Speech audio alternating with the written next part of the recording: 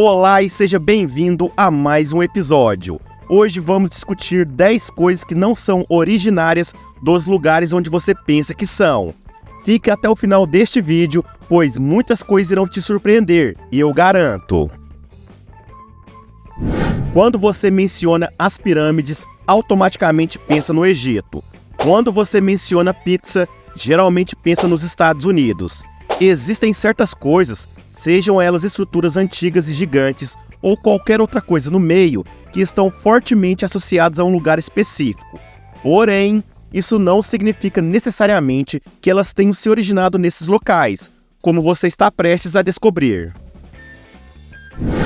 Número 10. O Dog Alemão. Ao ouvir o nome Dog Alemão, você provavelmente pensa que essa raça de cachorro tem origens óbvias, mas não é bem assim.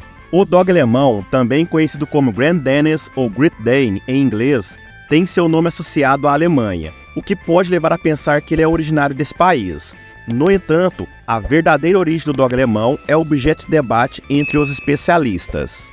Embora a raça tenha sido aprimorada e popularizada na Alemanha, sua ancestralidade remonta às antigas culturas da região da Mesopotâmia, que abrange os territórios do atual Irã e Iraque. Cães semelhantes ao Dog Alemão foram retratados em pinturas e esculturas antigas dessas regiões, datada de cerca de 3.000 anos antes de Cristo. Ao longo dos séculos, esses cães foram levados para diferentes partes da Europa e, eventualmente, chegaram à Alemanha, onde foram aprimorados e selecionados para características específicas. Foi nesse processo de desenvolvimento e aperfeiçoamento que a raça se tornou conhecida como Dog Alemão. Portanto, embora o Dog Alemão tenha uma forte associação com a Alemanha, sua origem ancestral remonta a culturas antigas da região da Mesopotâmia. Número 9.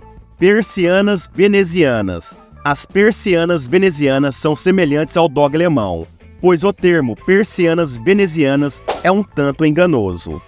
Todos os comerciantes venezianos recebem o reconhecimento por introduzirem essas coberturas de janela na Europa durante o século XVIII. Eles adotaram o design durante suas viagens ao Oriente Médio, mas especificamente à Pérsia. Bem, não podemos afirmar com certeza como ou quando essas persianas surgiram na Pérsia, mas sabemos que cortinas semelhantes, porém mais simples, eram usadas no Antigo Egito e na China, onde eram feitas de junco ou bambu.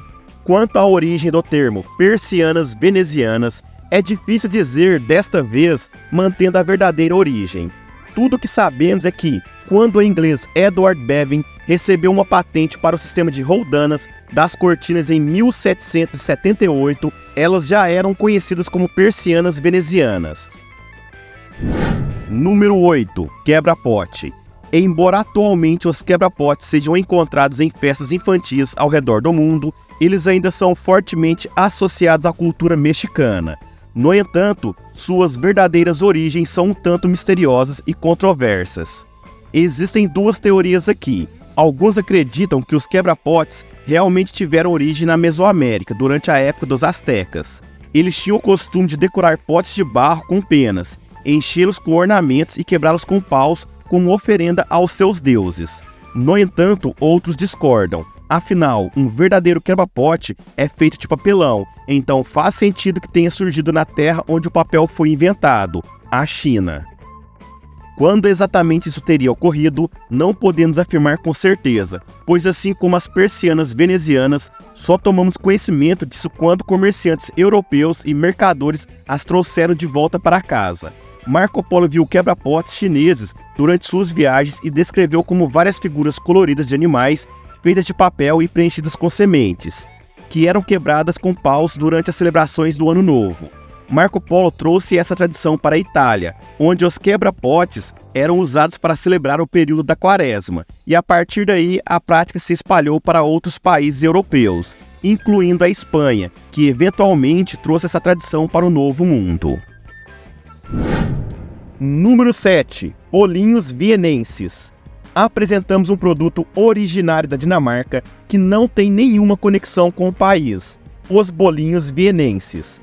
Pelo menos eles são honestos a respeito disso. Eles nem mesmo os chamam de bolinhos dinamarqueses, referindo-se a eles como Wiener Brand, que significa pão vienense ou simplesmente vienense, para indicar que foram introduzidos no país pelos padeiros austríacos por volta do meio do século XIX. No entanto, nem mesmo os austríacos merecem o crédito por essa deliciosa iguaria. O Sindicato dos Padeiros Dinamarqueses reconhece um aprendiz de padeiro francês chamado Claudius Jailly como criador dessa saborosa combinação há cerca de 400 anos.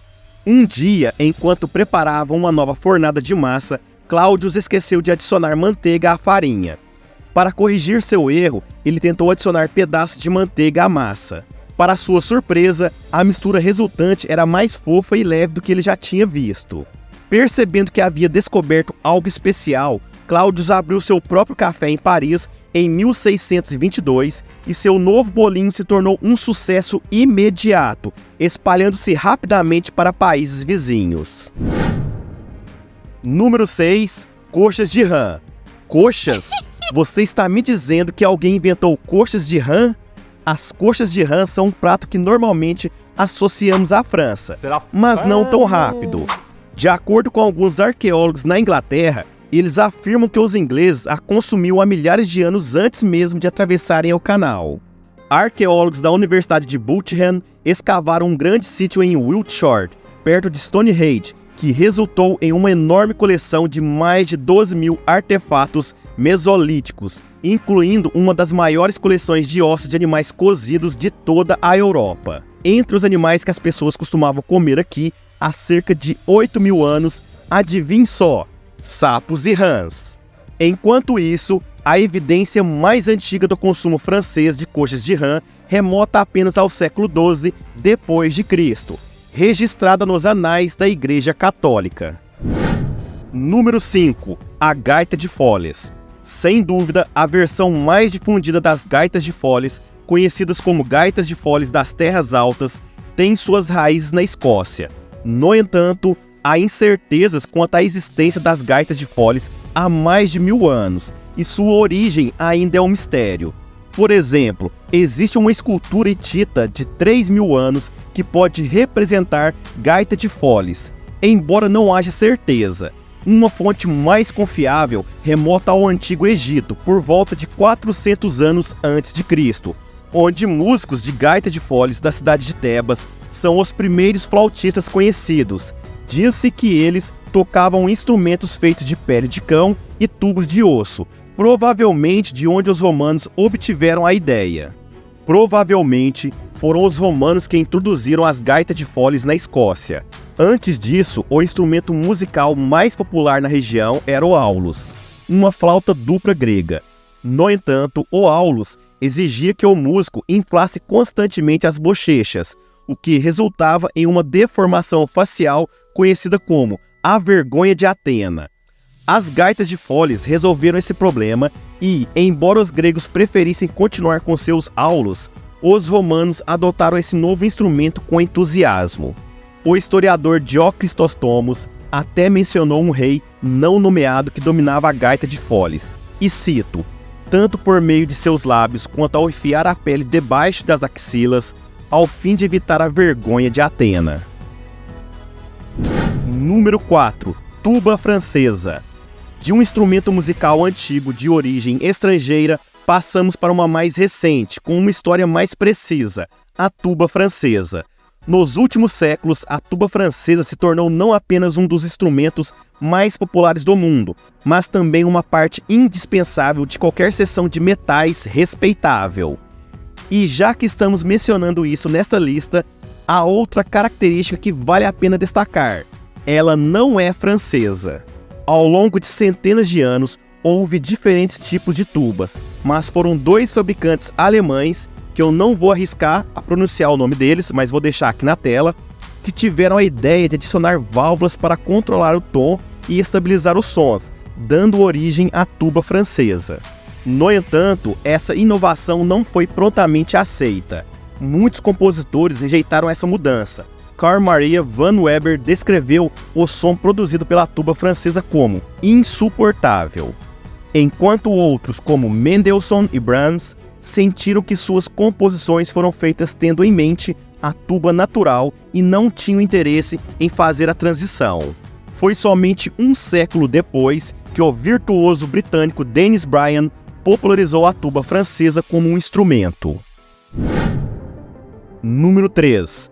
Bolo de cacau alemão. Talvez você já tenha notado que o nome alemão nem sempre significa que algo seja realmente originário da Alemanha.